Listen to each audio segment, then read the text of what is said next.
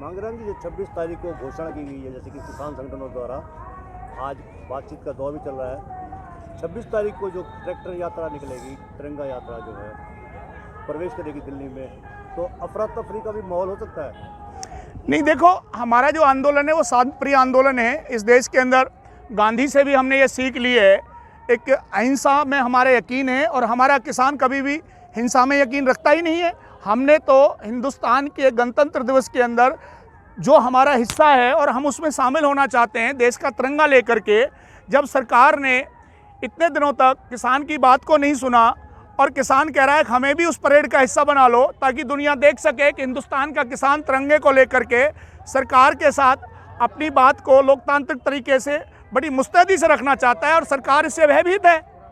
हिंसा में हमारा कोई यकीन नहीं है और ना हमारा आंदोलन हिंसात्मक होगा।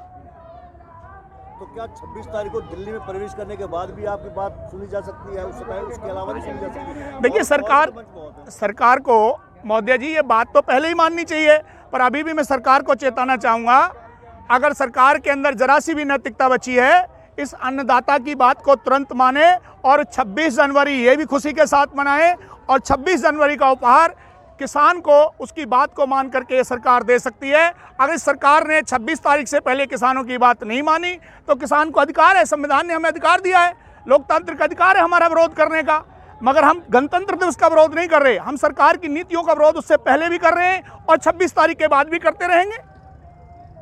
जो जो जो 3 काले कानून है और एमएसपी गारंटी है, ये अब बीच का रास्ता भी तो निकाला जा सकता है?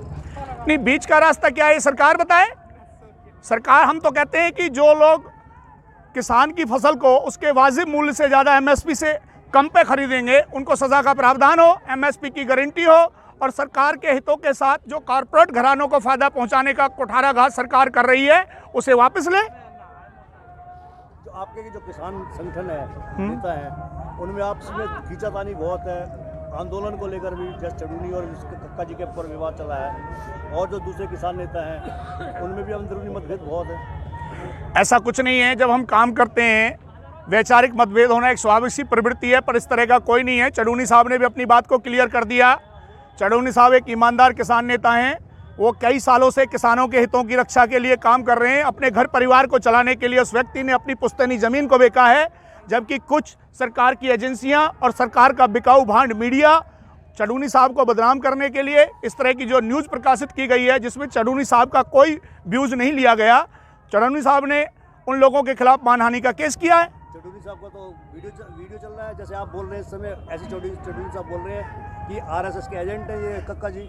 नहीं, हम ये नहीं कहते कि आरएसएस के एजेंट है। चढ़ूनी साहब ने कहा है कि उनसे मेरा वैचारिक मतभेद था, वो बात कैसे हुई है वो बड़े लीडरों की आपसी बात है, मगर हम चढ़ूनी साहब की विश्वसनीयता पर कोई शक नहीं करते।